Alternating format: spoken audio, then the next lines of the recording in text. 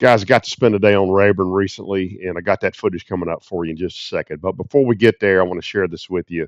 Just I want to put this out to our community. So, Rick Lawyer is a fisherman. He's based in Missouri, and you can find him on Facebook. He found out in June that he's got stage 4 cancer, and because of that, he's going to go ahead and sell his boat.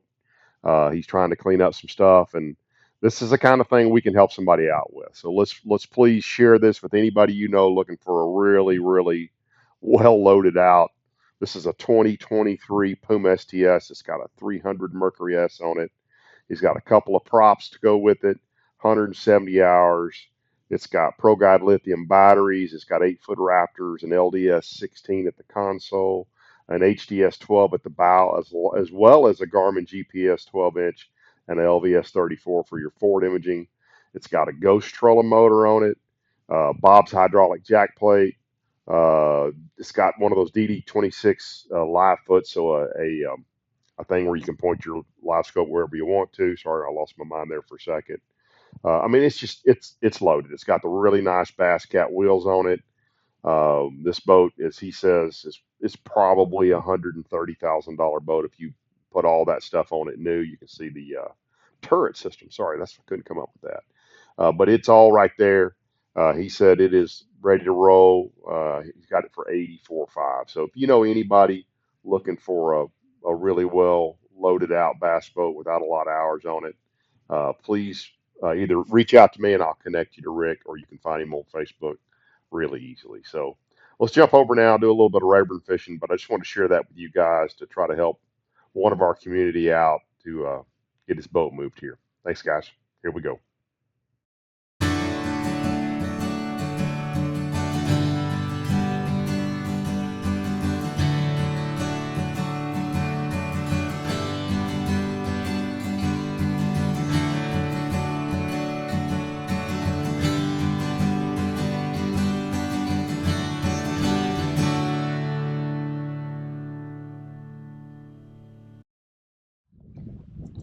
Well, good morning, boys.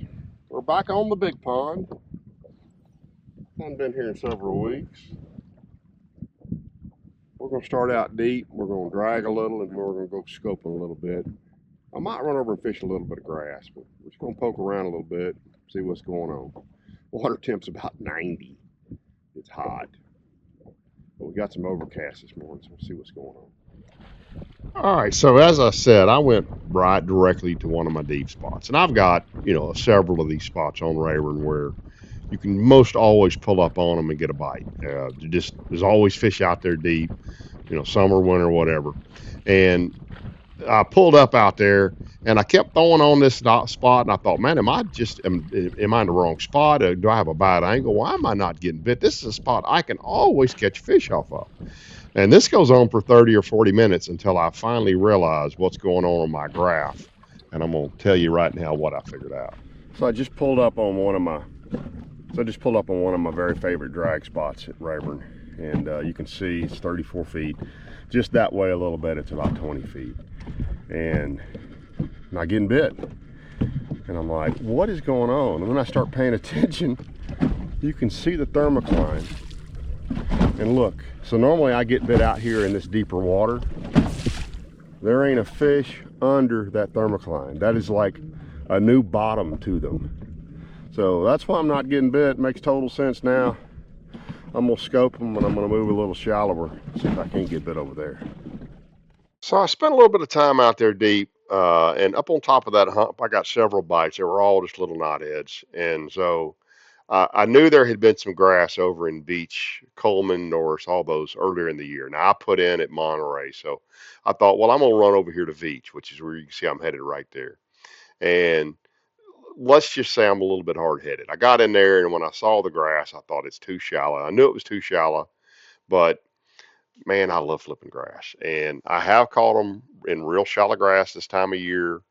But I flipped and I flipped and I flipped and I flipped, and I just could not get bit. I did it for probably a good 800-yard stretch, probably 20 or 30 minutes, And I mean, the whole time thinking to myself, it's too shallow. I would flip up to the edge of the mat, which is about 3 feet deep, and then there's scattered grass out there. So this is as you go into beach on those left-hand pockets. This grass is 5 or 6 feet deep, just scattered out there. And you know, if it was April, I'd be throwing a chatterbait and probably be whacking them. And there may be some bites out there on a moving bait, but I was, you know, going to be hard-headed and try to catch them flipping. I did pick up a chatterbait a little bit towards the end of this, but I fished all the way to the back of this little drain. And as I turned around to come back out, I thought, well, you know, if they're where I normally like to catch them is in the back of that drain. When it grasses over like this, I'm gonna throw a topwater over the top of it. And here's what happened when I picked up a topwater.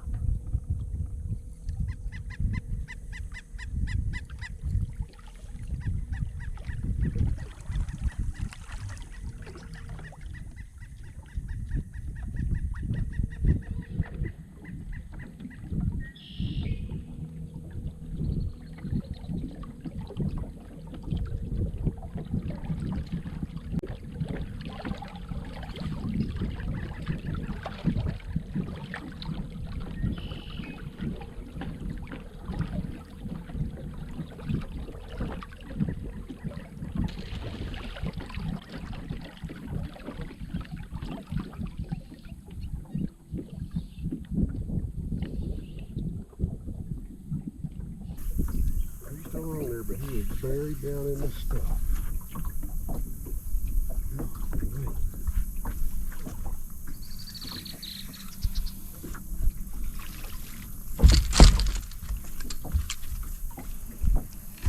I'm gonna say the grass is good. Ouch.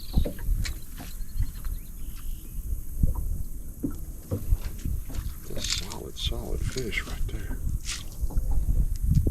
Not sure if he's bleeding or I'm bleeding.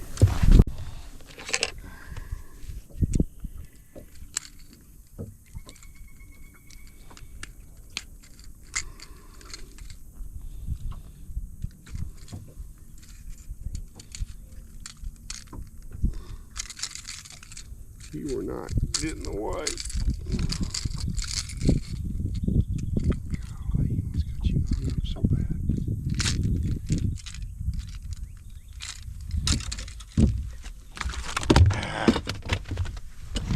Picked right as I was changing my grip on you. So what I'm gonna tell you is that's a solid 2 3/4, maybe 3 pound fish. Where these drains completely grass over, I fished through there dropping, but it's so shallow I was probably spooking anything I was getting on top of. Anywhere, that was that dogma. Anywhere that those drains grass completely over, when there's not really good grass everywhere, those fish will congregate in. That's a fun bite. Kaboom. You know, I used to beat myself up when I would go fishing on Rayburn and not catch them. But what I've remembered from all of my years of tournament fishing was a lot of times I would go down there and I almost always needed at least 3 days of practice. And I would just run through my transitions and my different options. And you know, I always had good tournaments because I had a couple days to eliminate water. And I really thought when I got that bite with that overcast, I could run some more drains like that and catch some fish, and I just didn't. So I got out and I scoped, and this is in those same bays and beach. And here the problem was these bays are 12 to say 16 feet deep, and they're just not quite deep enough to have the balls of bait or the fish in there with them.